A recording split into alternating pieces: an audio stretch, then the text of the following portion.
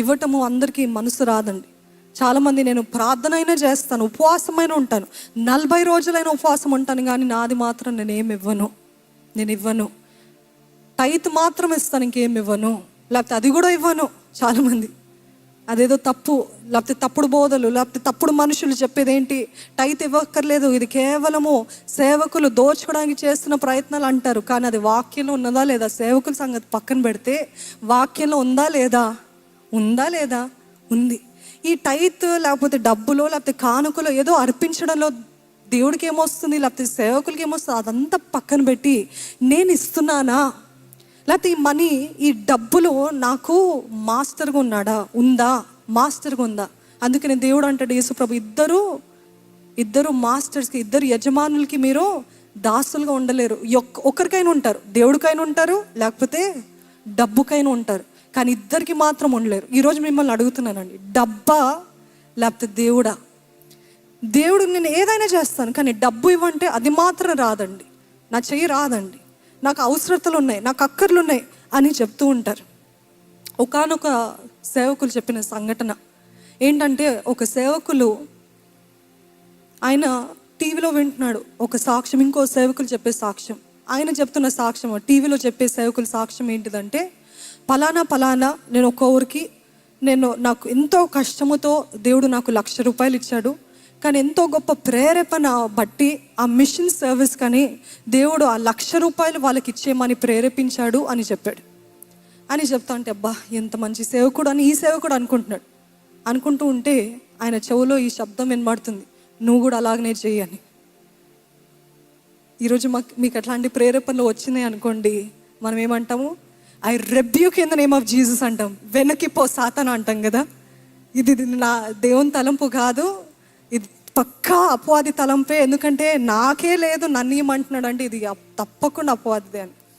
కానీ అదే తలంపు ఆయనకు వస్తే ఈయన అంటున్నాడంట, ఇప్పుడిప్పుడే మేము వారికి అప్పుడే వివాహం అయింది, అస్సలు డబ్బు లేవు, ఆహారం కూడా తినటానికి డబ్బు లేని పరిస్థితుల్లో 2 మీల్స్ తినేవాళ్ళు, 2 పూటలే తినేవాళ్ళు, మిగతాదంతా సేవ్ చేస్తూ ఇంటి కోసం అని సేవ్ చేసుకున్నారు. కొత్త ఇంటి కోసం సేవ్ చేస్తూ ఉంటే ఈయన ఎంతోసేపు దేవునితో వాదిస్తున్నాడంట, ఇది దేవుడా అపవాదా, ఇది నా ఆలోచనలా లేకపోతే ఇది దేవుని ఆలోచన, నాకు అర్థం కావట్లేదు, ఆయన ఇచ్చాడు బాగానే ఉంది, నన్ను ఏమంటున్నాడు ఏంటి, నా దేవుడికి నా పరిస్థితి తెలియదా అని ఎంతోసేపు వాదిస్తున్నాడంట. కానీ దేవుడు మరలా అదే చెప్తున్నాడంట, నువ్వు కూడా అలాగనే చేయి, ఇంకేం చెప్పలేదు, నువ్వు కూడా అలాగనే చేయి, you also do the same.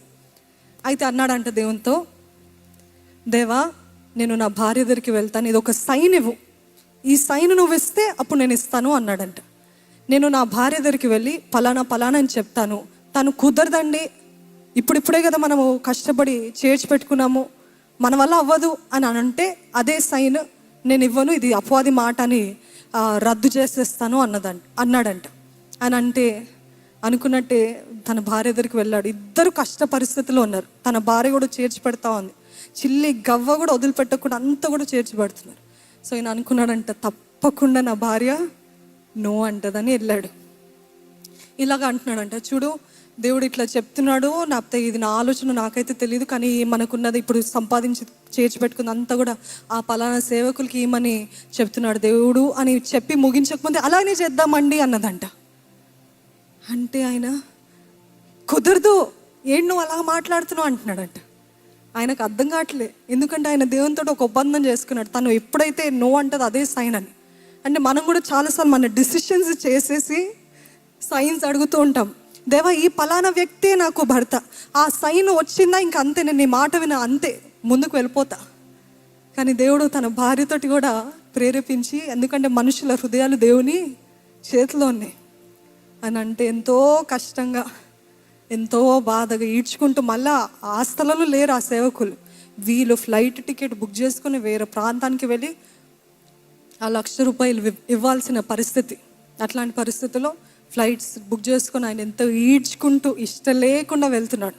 వెళ్ళిన తర్వాత ఆ సేవకుల దగ్గరికి వెళ్ళి, ఇదిగో పాస్టర్ గారు, ఈ 1,00,000 రూపాయలు దేవుడు మీకు ఇవ్వాలని ప్రేరేపించాడు అని చెప్పాడంట.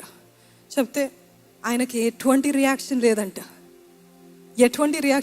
ఓహో దేవునికి మహిమ కలుగును గాక, నేను మీకోసం ఒక ప్రార్థన చేస్తాను కరెక్ట్ ఒక్క నిమిషంలో ప్రార్థన చేసి ముగించాడంటే అది కూడా ఏం ప్రార్థన, మీ సేవని దేవుడు దీవించును గాక, వర్ధిలింపజేయును గాక, దేవుడు మీ సరిహద్దుల్ని విశాలపరచును గాక అని ప్రార్థన చేసి 1 minute ముగించాడంట. అయితే ఈయనకి లోపల కోపము, నేను 1,00,000 రూపాయలు నీకు ఇస్తే ఈరోజు మనలాగా అంటే డబ్బులు వస్తే సేవకుల్ని కొనుక్కున్నట్టు ఫీలింగ్, డబ్బులు ఇంత ఇస్తే నాకు 1 నిమిషం ప్రార్థన చేస్తావా, ఇంకంతకు మించి నాకు ప్రార్థన చేయవా అని చాలా విరుచుకుపడ్డాడంట. ఈరోజు మనం కూడా చాలామంది అనుకుంటున్నాం, నేను డబ్బులు వస్తే సేవకులు చేయాల్సిన బాధ్యత, ఇంత డబ్బులు ఇచ్చాను కాబట్టి ఆయన నాకు ఫోన్ చేయాలి, ఇంత డబ్బులు ఇచ్చాను కాబట్టి నాకు సపరేట్ స్పెషల్ ట్రీట్మెంట్ ఇవ్వాలి. No no no no no, you're not giving it to anybody. అందుకే నీ సేవలో 10 రూపాయలు ఇచ్చిన వారికి ఎంత విలువో, 1,00,000 ఇంకా అంతకు మించిన ఇచ్చిన వాళ్ళకి అంతే విలువ. ఇప్పుడు కూడా సేవకులు మేము ఇంత ఇచ్చారు కాబట్టి మీకు స్పెషల్ ట్రీట్మెంట్, మీకు స్పెషల్ అనౌన్స్మెంట్ అని ఎప్పుడు చేయమండి. అందరూ దేవుని దృష్టిలో అందరూ క్రీస్తు యేసు రక్తం చేత కడగబడిన వారే. హల్లెలూయా. ఈయన వెళ్ళాడంట, బాధతో కోపముతో తిరిగి వెళ్ళాడంట. అప్పటి వరకు చేర్చి పెట్టుకున్న డబ్బులు, అప్పటి వరకు ఆయనకి ఫైనాన్షియల్ ప్రాబ్లమ్స్ లేవు, కానీ ఎప్పుడైతే ఆ డబ్బులు ఇచ్చాడో అప్పుడు నుండి స్టార్ట్ అయింది ఫైనాన్షియల్ ప్రాబ్లమ్స్. నిజంగా ఇది దేవుని మాట కాదు, ఇది అపవాది మాటనే అని అప్పటికి కూడా అనుకుంటున్నాడంట. అప్పటికి తేల్చుకోవట్లేదు, ఇది తప్పకుండా అపవాది పనే, ఎందుకంటే నాకు ఇటువంటి ఫైనాన్షియల్ ప్రాబ్లమ్స్ జీవితంలో లేవు, ఇప్పుడు ప్రారంభించబడ్డాయి కాబట్టి ఇది తప్పకుండా అపవాది స్వరమే అని అనుకుంటున్నాడంట. అనుకుంటా ఉంటే 6 నెలలు భయంకరమైన కష్టాలు పడ్డారు. ఇచ్చేసిన తర్వాత దేవుడు ఆకాశ వాకిలు విప్పేసి పట్టరానంత కుమ్మరిస్తాడు అనుకోవడము తప్పు. మెల్లమెల్లగా హెచ్చిస్తాడు, క్రమక్రమంగా వర్ధలింపజేస్తాడు. నేను ఇచ్చేసాను కదా దేవ, ఏది ఒక సహోదరి నాకు తెలుసు, నేను దేవుని సన్నిధిలో ఇంత ఇచ్చాను కాబట్టి మరలా నాకు ఇంత రావాల్సిందే అని ఎంటైటిల్మెంట్, అంటే నువ్వు ఇస్తే వచ్చేయాలి అని ఆ ఉద్దేశంతో ఇస్తే అస్సలు రాదండి. దేవా నాదంతా నీదంతా నాదే దేవా, నాకు ఇచ్చినంత నీకే అర్పిస్తున్నానని ఆ హృదయంతో మళ్ళీ ఏం ఎక్స్పెక్టేషన్స్ లేకుండా ఇస్తే అది దేవుడు చూస్తాడు. కానీ నేను ఇచ్చాను కాబట్టి నువ్వు ఇవ్వాల్సిందే అని demanding, we are nobody to demand God.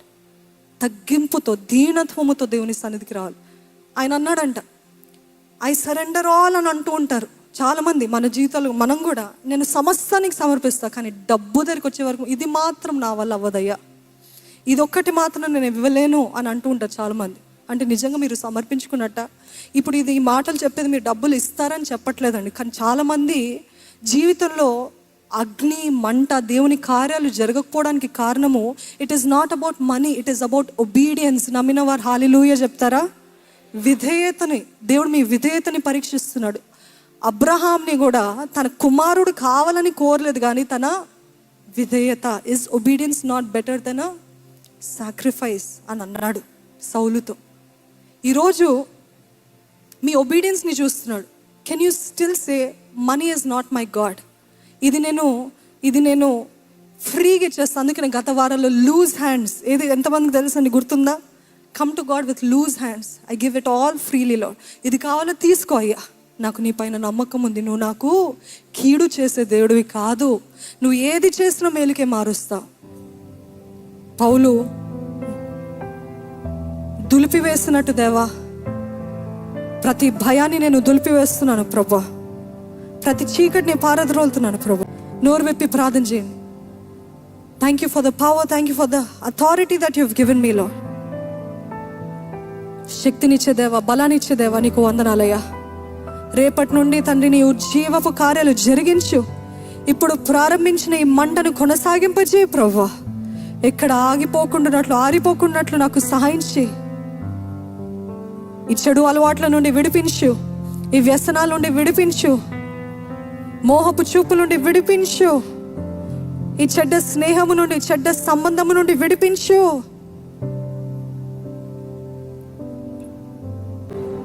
Help us to overcome sin, Lord Father. నీ శక్తిని దయచే, నీ కృపను దయచే. ఇప్పుడే ప్రతి ఒక్కరి తల నుండి అరికాల వరకు నీ పరిశుద్ధ అగ్ని చేత కాల్చమని వేడుకుంటున్నానయ్యా. కాల్చయ్యా, మా చేతులు కాల్చయ్యా, మా కాళ్ళని కాల్చయ్యా, మా దేహాన్ని కాల్చయ్యా, మా మనసుని కాల్చు ప్రభువా, మా నాలుకల్ని కాల్చయ్యా, మా నేత్రాన్ని కాల్చు ప్రభువా. సమస్తము నీకు అంగీకారంగా చేయి. అగ్నిలో పడి తండ్రి మేలైన బంగారంగా బయటికి రావాలి ప్రభు. మేమందరము శ్రేష్టమైన ఎటువంటి మాలిన్యము లేని బంగారంగా మేము బయటికి రావాలి. నీ అగ్ని చేత మమ్మల్ని కాల్చి పరిశుద్ధపరిచి నీ సొత్తైన ప్రజగా తను అంతవరకు మేము నిలబడలాగిన నీ శక్తి, నీ వెలుగు, నీ మహిమ ఎల్లప్పుడూ మాలో ఉంచి నీ అగ్ని ఎప్పుడు మా హృదయంలో మా ఆత్మలో రగిలింపజేయమని ప్రభు యేసు నామములో అడిగి వేడుకొంచున్నాను తండ్రి.